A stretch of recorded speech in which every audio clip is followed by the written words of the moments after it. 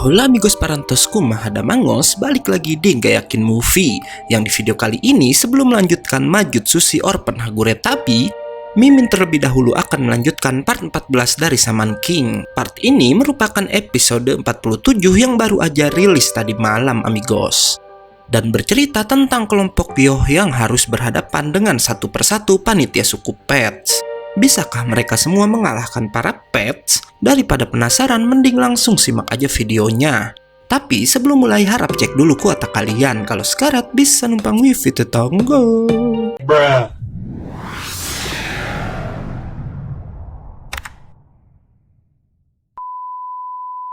Part ini langsung diawali dengan pertarungan antara Yoh melawan Silva, di mana Yoh berhasil menebas sang panitia suku Pets menggunakan teknik Amida Ryu Mumyo Myakumu. Walau ternyata Silva sama sekali nggak tergores dengan teknik tersebut. Silva yang sebelumnya berteman baik dengan Yoh nampak berbeda, dan bahkan tahu-tahu ia menyerang Opacho diam-diam. Beruntung Yoh bisa melindungi anak itu. Sementara itu, Ryu yang melihat kekuatan Silva berkata jika dirinya pasti hanya akan menjadi penghambat saja. Namun Ren menjawab bukan cuma Ryu aja, karena teman-teman mereka yang lain pun yang nggak bisa menandingi kekuatan panitia suku Pets akan menjadi penghambat juga. Balik lagi pada Yoh yang menyadari jika Silva berbeda dari biasanya, hingga dua suku Pets lain muncul dan bilang Silva seperti itu berkat latihan dari mereka. Keduanya lalu menyuruh Silva mundur karena katanya tempat itu bukanlah tempat Silva untuk melawan Yoh dan teman-temannya. Mereka lalu memberitahu jika kelompok Yoh akan menghadapi 10 panitia suku Pets di 10 tempat yang udah ditentukan. Dan karena itu Silva pun akhirnya memutuskan untuk mundur bersama dua panitia Pets tadi. Ava lalu memberitahu jika Yoh dan teman-temannya cuma punya waktu selama 15 jam mengalahkan 10 panitia Pets yang masing-masing menjaga satu dari 10 lokasi yang diberitahu oleh kedua orang tadi. Karena katanya sebelum diangkat menjadi Shaman King, Hao akan tertidur selama 10 jam. Dan setelahnya 5 jam lagi adalah waktu untuk pemanggilan Great Spirit. Maka dari itu, Yoh punya waktu 15 jam sebelum Hao benar-benar diangkat menjadi seorang raja. Mereka pun lalu melanjutkan perjalanan dan akhirnya tiba di gerbang pertama, yang adalah sebuah gurun yang dijaga seorang panitia bernama Namari. Dengan sombongnya, Namari meminta kelompok Yoh maju sekaligus, membuat Ren tertantang berduel dengan pria itu. Namari dan Ren pun akhirnya mulai bertarung, di mana Ren berniat menggunakan kekuatan listriknya untuk menghabisi ular milik Namari. Namun anehnya nggak terjadi apa-apa yang Namari bilang Ren nggak akan bisa mengeluarkan petir di gurun yang kering dan tanpa awan. Nggak hanya Ren, Horo-Horo pun nggak akan bisa menggunakan kekuatan esnya di tempat yang kekurangan kelembaban tersebut. Hingga nggak diduga, Ryu tahu-tahu menyerang ular Namari dari udara. Ryu lalu bilang di tempat itu ia lebih baik dari Ren dan Horo-Horo yang nggak bisa mengeluarkan kekuatan mereka. Karena itu, Ryu meminta Ren untuk mundur dan berkata jika ia yang akan mengalahkan Namari. Ryu mengeluarkan Oversoul tipe armor sampai membuat Choco dan Horo terkejut. Yang Yoh bilang Ryu sebenarnya ingin mengeluarkan Oversoul barunya itu saat melawan tim Ren di pertandingan. Tapi sialnya waktu itu Horo-Horo memutuskan kedua lengannya. Namari lalu mencoba menyerang Ryu dari belakang, namun malah ularnya yang terkena tusukan oleh Ryu yang kemudian dipotongnya dengan teknik bernama Ultra Sabaki. Melihat itu, Namari memuji kekuatan Ryu sambil memunculkan kembali ularnya. Ryu bergantian menyerang Namari, namun suku Pets itu bisa menghilang hingga tahu-tahu udah berada di belakang si Ryu. Namari lalu memberitahu jika yang Ryu tebas tadi hanyalah bayangan udara yang tercipta dari pembiasan cahaya akibat udara panas. Bersamaan dengan itu, Namari memberikan Yoh dan yang lainnya dua pilihan, yaitu mau terus maju ke tempat berikutnya dengan mengorbankan Ryu atau ikut melawannya di sana. Merasa diremehkan, Ryu kembali menyerang walau racun dari ular milik Namari bisa mengalahkan oversoul baru milik Ryu.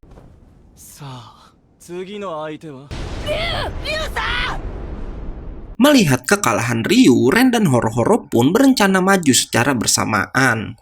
Walau Namari lagi-lagi mengingatkan jika kemampuan keduanya nggak akan berguna di tempat itu. Namari dengan bersemangat pun langsung menyerang keduanya.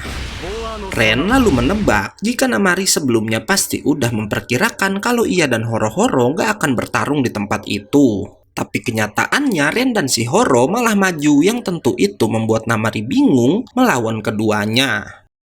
Dengan sombongnya, Namari bertanya apa yang bisa dilakukan keduanya tanpa kekuatan alam mereka.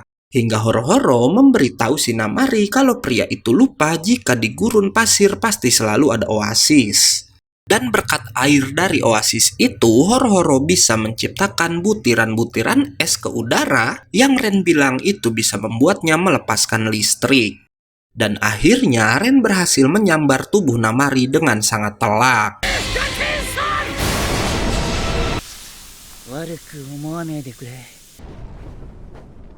Ren lalu menghampiri Ryu yang udah tewas dan di sana ia akhirnya mengakui Ryu yang udah berkorban membuka jalan untuk mereka. Dan juga mengakui Ryu bagian dari tim karena sebelumnya Ren ini selalu menganggap Ryu adalah yang terlemah dan hanya beban bagi mereka semua. Shin lalu berpindah pada Anna yang gak ikut ke Pulau Mu, di mana ia terlihat udah berhasil menangkap ayah si Manta. Di sana juga ada Reihead yang terlihat baik-baik aja. Begitupun dengan si saman kutukan Amano Teruko. Yang ternyata mereka ini sebelumnya emang udah tewas di tangan Hao. Namun Reihead bilang ada seseorang yang udah menghidupkan mereka semua dan ia menebak jika itu adalah perbuatan Maiden. Amano Teruko nampak bersedih karena ia udah kehilangan kesempatan mendapatkan uang 100 juta yen dari Oyamada yang akan ia pakai untuk mencari pacar. Hingga nggak diduga Reihead yang sadar setelah hidup kembali bilang ia sepertinya harus insaf dan menikmati hidup. Karena itu ia pun melamar Amano Teruko di tempat itu.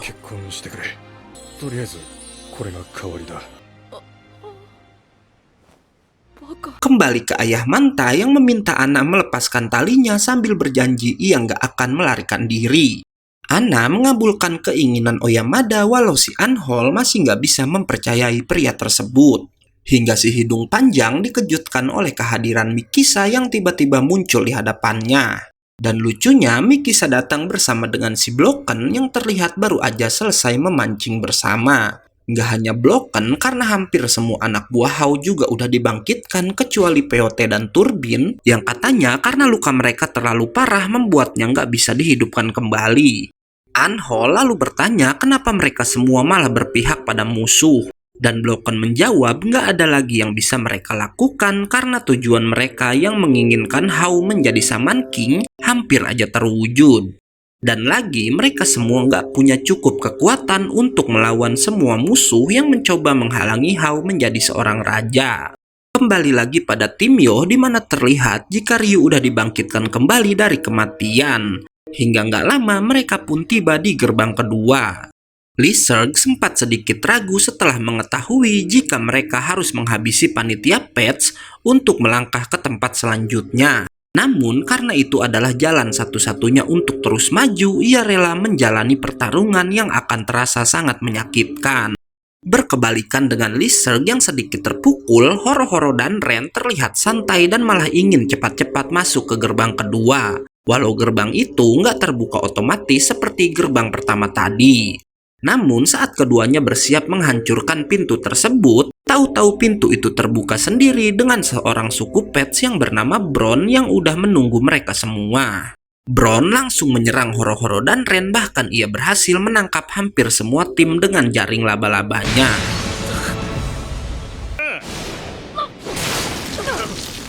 Beruntung saat mereka semua hampir terjatuh ke lembah, Lizard yang berhasil lolos bisa menangkap teman-temannya.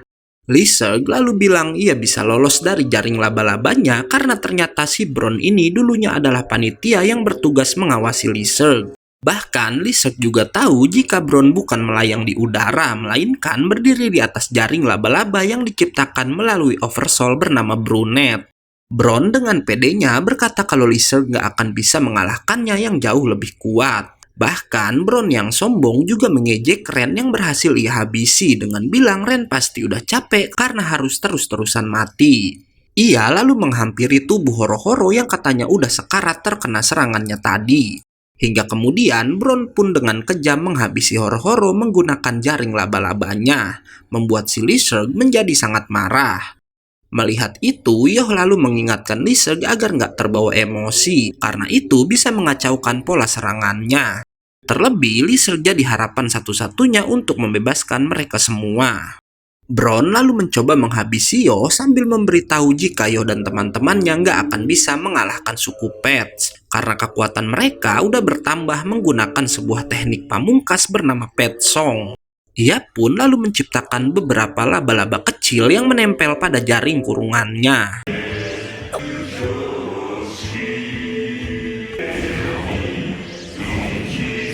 Bron lalu memberitahu jika sebelumnya Silva udah mereka tangkap dan berhasil diubah menjadi jahat seperti tadi.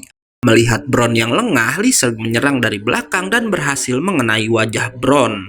Hingga setelahnya, ia membakar tubuh Bron dengan api nerakanya dan part 14 pun selesai.